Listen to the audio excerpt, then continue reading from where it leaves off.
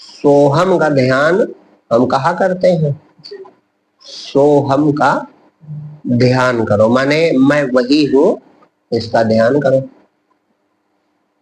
तो एक प्रश्न उठ सकता है कि मैं तो अहंकार भी है,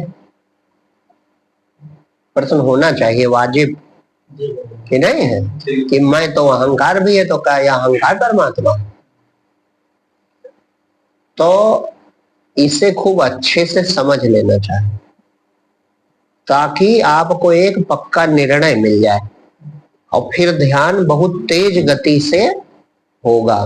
तेज गति से तात्पर्य बहुत, जब निर्णय पक्का हो जाएगा तो आप उसमें आपका मैं डूबता चला जाएगा और मैं बिल्कुल डूब जाएगा। तो निर्णय पक्का कर लेना चाहिए। तो निर्णय ऐसे कीजिए जैसे हमने कहा सोहम का ध्यान करो, माने मैं वही हूं। तो ये केवल मैं ही नहीं कह रहा हूं, ये सारे ग्रंथ और सारे संत महापुरुष यही कहते हैं। कारण क्या है? मैं तो एक शब्द है, लेकिन मैं कह सके ये सत्ता के बिना कोई नहीं कह सकता।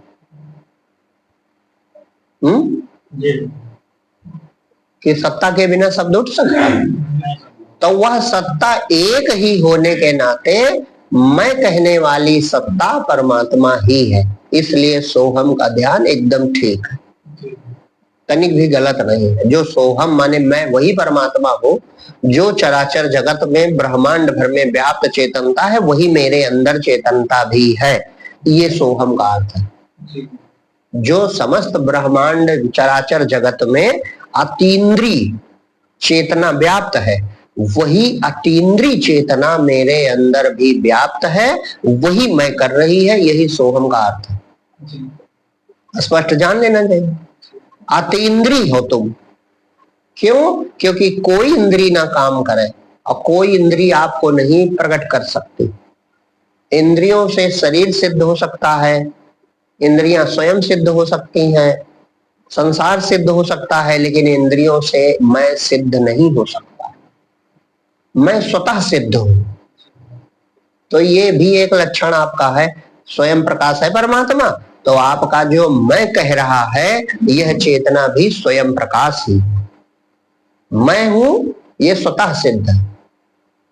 ये पहले भी हम कहा करते थे, इसके लिए किसी इंद्री की कोई जरूरत नहीं है, यही स्वतः स्वयं प्रकाश का अर्थ होता है।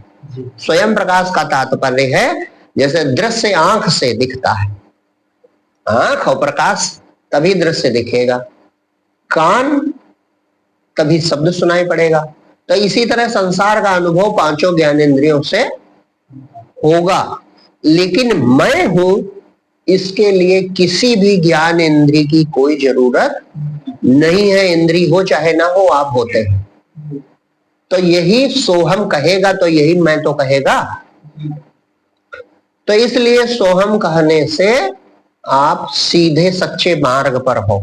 जो निरंतर इसकी धारणा करेगा वो एक दिन सिद्ध हो जाएगा, एक दिन उसे भगवत प्राप्ति हो जाएगी, क्योंकि भगवत प्राप्ति पहले से है, बस भ्रम हटने हैं, बीच के बाधाएं हटनी है। तो बाधाएं कौन सी हैं? जागृत और स्वप्न ये बाधा है। जागृत का संसार यानी जागृत का शरीर और स्वप्न का शरीर ये बाधा है। जागृत की अनुभूतियां और स्वप्न की अनुभूतियां ये बाधा है। तो स्वप्न का शरीर और स्वप्न की अनुभूतियां जागने पर मिट जाती हैं। तो जैसे मिटती है तब तुम जाग जाते हो, या फिर उल्टा कहो तुम जागते हो बस वो मिट जाती है। तो मिटी तो जागने पर, लेकिन क्या वो जब दिख रही थी तब थी? वो तब भी नहीं थी, लेकिन उनके दिखने से ही अहंकार बन रहा था, तब स्वप्न आप देख रहे थे। बस यही जागृत दशा में है, ये शरीर और दुनिया दिखने से तुम्हारा अहंकार, इसी चेतना को अहंकार कहा जाता है। तो अहंकार एक विचार मात्र है, मैं शरीर हूं, मैं संसार हूं, ये एक विचार मात्र है। लेकिन विचार की जो सत्ता है वो हमेशा रहती है, माने विचार करने की ताकत, चेतना वो हमेशा रहेगी, और विचार ना करो तो नहीं है, विचार ना करो तो नहीं है कि है। अब तुम कहोगे ना विचार करें गुरुजी तब भी शरीर दिखता है, तो चिंता न करो, अगर सघनता से मैं हूं में डूब जाओगे, मैं वही हूं, तो एक ऐसी दशा आएगी कि ये जगत और शरीर लुप्त हो जाएगा, बिल्कुल छू मंतर जे जाने जग जाए हेराई, एकदम गायब। बस उसी दिन आपको निर्णय पक्का हो जाएगा कि मेरे अतिरिक्त कोई दूसरी सत्ता नहीं है। मेरी माने परमात्मा के अतिरिक्त, तो एक ही बात है, चाहे मेरी का हो चाहे परमात्मा, क्योंकि मेरा अलग से अस्तित्व नहीं बचा। तो सोहम का भाव समर्पण है। सोहम का भाव क्या है? समर्पण है कि मैं वही हूं, मैं वही हूं। और अहंकार में यह भी कहा जाता है कि मैं कुछ नहीं हूं, है ना। तो मैं कुछ नहीं हूं, इस शरीर को लेकर जो विचार उठता है इसके बारे में कहा जाता है। ये दोनों एक ही बात है। जैसे वही बात यहां समझनी है, जैसे पर्दे पर हाथी है, या पर्दे पर मनुष्य है, तो मनुष्य कहता है मैं नहीं हूं, फिर दोबारा कहता है मैं पर्दा हूं, तो दोनों बातें एक ही है। आकार मेरा दिखता जरूर है लेकिन मैं नहीं हूं, तो आकार नहीं है। अब क्या जब उसने कहा मैं नहीं हूं तो क्या उतना हिस्सा पर्दे का काट के अलग करना पड़ेगा? जितनी आकार में पूरी फिल्म का पर्दा है और जितनी दूर में मनुष्य खड़ा है उतना हिस्सा काट के अलग करोगे तब मैं नहीं। वो सही कह रहा है कि मनुष्य नहीं है अपितु सिर्फ पर्दा है। तो पहले उसने कहा मैं नहीं हूं, तो यह अर्थ इसमें है कि मैं शरीर नहीं हूं, मैं मनुष्य नहीं हूं। फिर उसने कहा सोहम, मैं वही हूं, यानी मैं पर्दा हूं, तो बात सही है। अच्छा वो सिर्फ कहे मैं सोहम मैं वही हूं, तो कहा झूठ बोल रहा। तो इसी तरह एक चेतना मात्र है, तो बस आप कहो मैं वही हूं, पूर्ण समर्पण, मैं वही हूं, मैं वही हूं, इसमें तनिक भी संशय ना करो। हाँ, और मैं नहीं हूं ये उसी में शामिल हो गया। मैं अलग नहीं हूं, मैं शरीर नहीं हूं, मैं इंद्री नहीं हूं, जैसे मैं स्वप्न नहीं हूं, ये जागने पर पता चल गया। तो मैं स्वप्न नहीं हूं। इसी तरह आत्म पद में जागने पर पता चल जाएगा मैं जागृत भी नहीं हूं। और फिर और अधिक आगे बढ़ो तो एक और श्रेष्ठ विवेक है कि सब कुछ मैं हूं। क्यों? क्योंकि जब मैं अकेला ही था और स्वप्न से जागा तो पता चला मेरे अतिरिक्त तो कुछ था नहीं, तो जो देश काल व्यवहार था वो मैं ही था। इसी तरह यहां भी है, पहले भक्त कहता है कि मैं नहीं हूं, माने मैं शरीर और इंद्रिय संसार नहीं हूं, फिर कहता है मैं वही हूं, माने मैं चैतन्य परमात्मा हूं। फिर जब और आगे बढ़ता है कहता है सब वही है, सर्व खल्विदम ब्रह्म, माने सब वही है, कुछ कहने सुनने की कोई जरूरत। क्यों? क्योंकि जिसको सब कह रहा है उसका कोई अस्तित्व नहीं। जो शरीर इंद्रिय संसार दिख रहा है जिसको तुम सब कह रहे हो तो सब है। दूसरी एक और बात जो पहले कही थी, पर्दा और पर्दे पर पिक्चर वो बड़ा छोटा उदाहरण है, लेकिन उदाहरण के लिए आप समझो, पर्दे पर प्रकाश गतिमान रहेगा, तब तक आपको चीजें दिखेंगी। प्रकाश उस पर पड़े और गतिमान हो तो वो उसका जो क्रमिक परिवर्तन होता है बस उसी से कहीं नदी बन गई, कहीं मनुष्य बन गया, कहीं हाथी, कहीं कार, मतलब सब बन रहा, तो वो जीवित दिखेगा। तो तुम पर्दा नहीं देखोगे बल्कि पिक्चर देखोगे, फिल्म देख रहे हो। और जैसे वो ठहरे, कुछ हो उसमें नदी बह रही हो और ठहर जाए, कभी कभी होता नहीं ठहर गया, या कोई ऐसा स्विच ऑन करे कि वो ठहर जाए, जैसे ठहरेगा बस नदी गायब हो जाएगी। क्योंकि गति से दिखता था। अब तुम विश्वास नहीं कर पाओगे, इसी प्रकार ये जगत गति से दिख रहा है। आत्मा का प्रकाश गतिमान है, इसीलिए ये सब चीजें दिख रही हैं। अब जब ध्यान में साधक बिल्कुल निरुद्ध हो जाता है, चित्त वृत्ति निरोध माने चित्त वृत्ति बिल्कुल रुक जाती, तो जैसे ठहरती है दृश्य गायब हो जाता है। ये जादुई परिवर्तन होगा।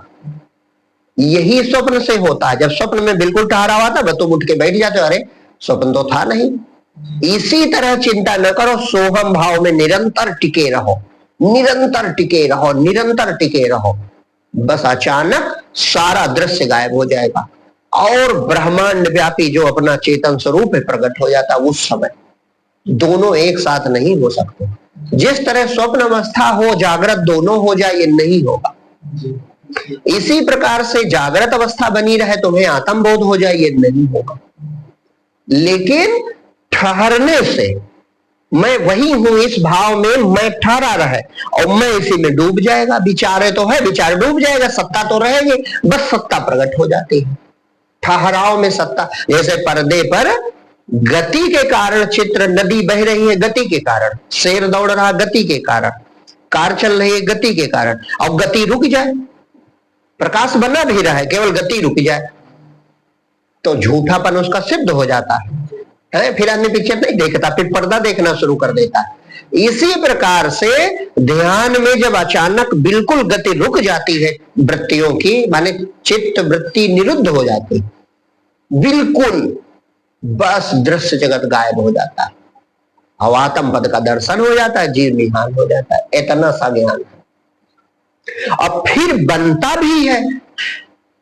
जब एक बार ठहर के देख ले, जैसे कोई यो यो अलात चक्र घुमा रहा है, अलात चक्र माने होता है एक आग भरी और गोल गोल घुमाई रस्सी में तो गोला दिख रहा। अब एक बार ठहर गया, देख लिया यक्के है, अब गोला भी घूमे तो तुम्हारी नजर में गोला नहीं है, जानते हो यक्के नोक है ना। इसी प्रकार से एक बार जैसे ठहर गया, बस जगत का मिथ्या है तो सिद्ध हो जाता कि जगत नहीं है, केवल परमात्मा है। परमात्मा में जगत प्रतिबिंबित हो रहा है, बस वो पूर्ण ब्रह्म ज्ञानी हो जाता है और धीरे धीरे जो आभास मैं का है ये भी मिट जाता है। तब सहज समाधि बनने लगती है उसकी। फिर आंख खुली हो चाहे बंद हो, हर समय आत्म बोध में वह स्थिर रहने लगता है। तो इस अवस्था तक पहुंचना है तो पहले तो इसमें साफ सुथरा विवेक चाहिए, जो सत्संग से आपको प्राप्त हो जाएगा। जो ये हमारी बात सुनेगा, अगर वो बुद्धिजीवी है तो उसको विवेक प्राप्त हो जाएगा। लेकिन वैराग्य आपको लाना पड़ेगा। वैराग्य क्या है? घर छोड़ना या कुछ छोड़ना वैराग्य नहीं है। वैराग्य खूब घने समझो, मोटे रूप में कोई विचार ना करना वैराग्य है। कोई विचार ना करना वैराग्य है। और सूक्ष्म रूप में समझो बात, सूक्ष्म रूप में दृश्यमान बिल्कुल अंकित छपे हुए, दृश्य कुछ नहीं है, ये सच्चा वैराग्य है। शंकराचार्य भगवान ने यही वैराग्य कहा है। एक चेतना मात्र है, जैसे पर्दे पे चले जाओ तो समझ जाओगे, पर्दा ही है, न नदी है, न पहाड़ है, न पशु, न पक्षी, न कुछ नहीं है। तो आकार को न ग्रहण करना, ये सच्चा वैराग्य है। और केवल गति रुक जाए तब भी वैराग्य है, तो वहां तक पहुंच जाओगे। तो इसी तरह तुम कोई विचार ना करो तो ये ऊपरी वैराग्य है। और दृश्य होते ही नहीं है, ये आंतरिक वैराग्य है। तो आंतरिक वैराग्य तक पहुंच जाओ, बस तुम जीवन मुक्त हो जाओ। दृश्य बनते भी नहीं तो तुम तो जानते हो दृश्य होता ही नहीं, पर्दा ही है। क्योंकि आंतरिक जो सच्चा वैराग्य माने दृश्य को मिथ्या बुद्धि में मान लेना, हटा देना बुद्धि से कि दृश्य होते भी हैं, सिर्फ ये चेतना जानकार ज्ञाता तत्व तो भरा हुआ है। तब जगत कहते हैं, संस कहते हैं जगत कहाँ है, शरीर कहाँ है, संसार कहाँ है, कुछ नहीं है। ये बात हम तुम नहीं समझ पाते। वो कहते हैं पर्दा है, पिक्चर कहाँ है, कहाँ नदी बह रही है, कहाँ प्यास बुझेगी तुम्हारी? क्यों? क्योंकि तुम उससे बाहर हो तो तुम्हारी प्यास नहीं बुझेगी, और पर्दे में प्रवेश कर जाओ तो उस पानी से बुझ जाएगी। अब हम तुम पर्दे के अंदर हैं और संत पर्दे के बाहर निकल चुका है, तो वो कहता है इस तुम्हारी प्यास नहीं बुझेगी। तुम कहते हो शरीर की तो बुझेगी, तुम कहते हो शरीर की तो भूख मिटेगी। तो भैया तुम अभी इस लोक के बाहर गए नहीं हो, इसीलिए तुम संत की बात समझ नहीं पा रहे। है? तब दृश्य ना ग्रहण करो, ये वैराग्य हो गया। और मैं वही चेतन हूं, ये धारण कर लो, ये विवेक हो गया। बस विवेक और वैराग्य के द्वारा परमात्मा मिल जाता है। हाँ, यही खूब दृढ़ता से धारण करना पड़ेगा। हम जल्दी से कहें, जैसे स्वप्न में कोई दृश्य नहीं है, सिर्फ दृष्टा था, उसी प्रकार इस जगत में भी कोई दृश्य नहीं है, सिर्फ दृष्टा है। वो दृष्टा ही सब शरीरों में देख रहा है और शरीरों से माया देखता है। अपने को देख ले तो दृश्य गायब हो जाते हैं। जैसे हमें होश आता है, अरे हम तो सो रहे तो दुनिया बचती है, इसी प्रकार जैसे चेतना का अनुभव होता है, बस जगत गायब हो जाता है। तो वो उस बिंदु पर हो जाएगा, मैं चेतन हूं, टिके रहो टिके रहो। और जैसे ये विचार भी लुप्त होगा, मैं वही हूं, ये विचार करने वाला है, तो जो विचार करने वाला है वो परमात्मा है, और विचार जो है ये अहंकार है। तो जैसे विचार लय हुआ, बस सिर्फ दृष्टा बचा। अब जब सिर्फ दृष्टा बचा तो दृष्टा संज्ञा उसकी मिट गई। क्यों? क्योंकि किसको देख रहा है? तो त्रिपुटी खत्म हो गई। वो खुद को देख रहा, तो खुद को क्या देख रहा है? दृष्टा भावे खत्म, है ना? तो यही एकदम साफ सुथरी समझ होनी चाहिए। सोहम माने अंदर जो ये मैं कहने की चेतनता है, ये तुम कहां से लेकर आए? ये हम कहीं से नहीं लेके आए। हम हैं तो हम अलग कैसे हो सकते हैं? हम किस लोक से आए हैं? ये ईश्वर ही है, ये परमात्मा ही है, ये ब्रह्म ही है, ये वही है। कोई शब्द ना कहना चाहते, कोई शब्द ना कहो, ये वही है। जो है सो है, जो है सो है, बस इसमें टिक गए। अब जो टिका है वो थोड़ी देर रहता है विचार। अब विचार रहित हो जाना वैराग्य हो गया, बस उस पार निकल गए। और फिर दोबारा दृश्य ना ग्रहण करना, ये आत्यांतिक वैराग्य हो गया। बीत रागी जब है ये नहीं तो उसमें राग वैराग की कौन बात? दृश्य ना ग्रहण करना ये बीत राग हो गया। जब है ही नहीं तो न राग और न वैराग्य, कुछ नहीं, कुछ है ही नहीं हमारे अलावा, उस चेतना के अलावा कुछ है ही नहीं। तो ये है और ये होता है। जो मान जाएगा उसका काम बन जाएगा। लेकिन एक चीज और भी है, ये सब लोग नहीं सुन पाएंगे, न सब धारण कर पाएंगे। ये भी कोई बहुत बड़ा पिछले जन्म का संत होगा, पिछले जन्म का साधक भक्त रहा होगा, तब इसमें ये क्षमता है कि ये ज्ञान को, इस बात को ग्रहण कर पावे। नहीं तो वो नहीं ग्रहण कर सकता। वो अर्थ शिल्पी होता है। योग वशिष्ठ में लिखा है, वशिष्ठ जी कहते हैं राम से कि हे राम, यहाँ कुछ लोग अर्थ शिल्पी हैं। तो जो चीज जैसे कहा जगत नहीं है, तो कहेगा कैसे जगत नहीं है? ये असंभव है। अब वो अर्थ गढ़ने लगा, वो डर गया ना कि ऐसा कैसे हो सकता है। अब वो अर्थ गढ़ने लगा। अब उसने कहा अरे तुम्हारा जगत मिट जाएगा, मैं मेरा का भाव मिट जाएगा और का जगत मिट जाएगा। ले तो तुम्हें ज्ञान कभी नहीं होगा, क्योंकि तुम डरपोक हो, तुम मनमाना अर्थ गढ़े रहे हैं। सपना इतना बड़ा था कि नहीं था, और मिट गया कि नहीं मिट गया, तो तुम काहे डर रहे हो? यहां तक लिखा कि ऐसे अनंत ब्रह्मांड उसके एक रोयम समाते हैं, तो काहे भयभीत हो रहे हो? इतना काहे थर थर थर थर कांप रहे हो? अरे नहीं मिटेगा तो तुम्हारा कुछ ले तो लेगा नहीं, तुम डूब तो पहले जाओ, पहले तुम डूब तो जाओ। रोज सुसुप्ति में जाते हो, तो जब सुसुप्ति में जाते हो तो जगत बचता है, शरीर बचता है? नहीं बचता। कहां चला जाता है भाई उस समय? कोई पता नहीं, क्योंकि था ही नहीं। इस समय सपन कहां चला गया? कोई पता नहीं, क्योंकि था ही नहीं है। लेकिन अब सुसुप्ति बोध क्यों नहीं हो जाता? सुसुप्ति में भी तुम वृत्तियों का त्याग करते हो, लेकिन वासना का त्याग नहीं करते हो। तुम कहते हो अब कल देखा जाएगा, बहुत थक गए, अब कल देखा जाएगा। तो न तुम शरीर मिटाते हो न कुछ, बस अब जहां से उठे हो वहीं वापस चले जाते हो। लेकिन एक संपुट माने एक बंद वासना लेकर चले जाते हो कि कल देखा जाएगा। तो जब कल देखा जाएगा तो तुम फिर अज्ञानी ही होकर जागते हो। लेकिन जो साधक है वो न कल देखा जाएगा न परसों देखा जाएगा, मैं हूं ही नहीं, बिल्कुल मरने को राजी हो जाए, मैं हूं ही नहीं, बस वही है, सो हम, मैं वही हूं, वही है। तो जो तुम वहां पहुंचोगे तो समाधि हो जाएगी, तो भगवत दर्शन हो जाएगा। क्यों? क्योंकि अब जड़ चेतन की गांठ खुल जाएगी, दृश्य झूठा हो गया, हमें कुछ चाहिए ही नहीं, जो है सो रहा है, हम रहकर क्या करेंगे? हम हैं भी तब दुखी रहते हैं, तो ऐसे जीवन से क्या फायदा? जो है अंदर वही रहा है, तुम ही शासन करो। तुमने पैदा किया है, हम 3 साल तक जानते नहीं थे हम हैं, तुम्ही ने खिलाया पिलाया, अब उसी तरह तुम फिर खिलाओ पिलाओ। इतना साहस ले आओ, माने दोबारा जागने का प्रयास ना करो, दोबारा सफल होने का प्रयास ना करो। एक संत कहते हैं कि जो घर से गया और फिर घर वापस आना है, तो फिर वो डोर बंदी हो, वैरागी नहीं। और एक ऐसा है जहां है वही घर है, वो मुक्त हो गया, वो जहां है वही घर है। तो बस इसी तरह डूब जाओ तो डूब ही जाओ, फिर वही है तो वही है, बात खत्म, ना कुछ दिखाना है। जब कुछ नहीं है, इतने बड़ा ज्ञान है कि कुछ जगत है ही नहीं, तो कहां किसके सामने बड़े बनोगे? किसके लिए ज्ञानी बनोगे? किसको उपदेश करोगे? किसका सुधार करोगे? ये मूर्खता सब छूट जाए तो परमात्मा मिल जाए। आदमी जगत को सत्य मान के उसमें अपने को बड़ा दिखाना चाहता, ज्ञानी बनना चाहता, त्यागी बनना चाहता, बैरागी बनना चाहता, दिखावे घुसा है।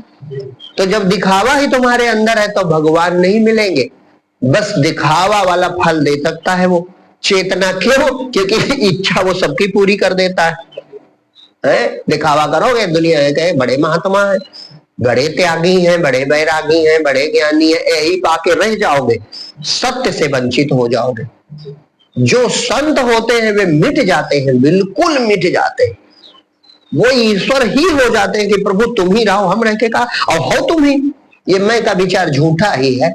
तो चाहे हमको जीवित रखो, चाहे मार डालो, चाहे खवाओ चाहे ना खवाओ, चाहे जैसे रखो, और हम है ही नहीं, हमें काहे रखोगे? तुम ही हो, ये मैं भावेगा तब, हम है ही नहीं, हमें तुम काहे रखोगे?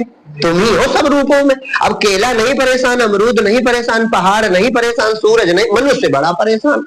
उसी तरह हो जाओ, जैसे सूरज चमक रहा है तो सूरज थोड़े चमक रहा, अरे उसी की प्रकृति उसकी मर्जी चमक रहे, भाई इसी तरह तुम हो जाओ कि वही है मेरे रूप में, वही है मेरे रूप में, बस ये ही ब्रह्म विचार है। जो बुद्धि ऐसा विचारती वही विवेकी बुद्धि है, करके सदैव विचारणा हो जाती एकदम शुद्ध है। जब शुद्ध होती बुद्धि तो परमात्मा ही प्रकाशता।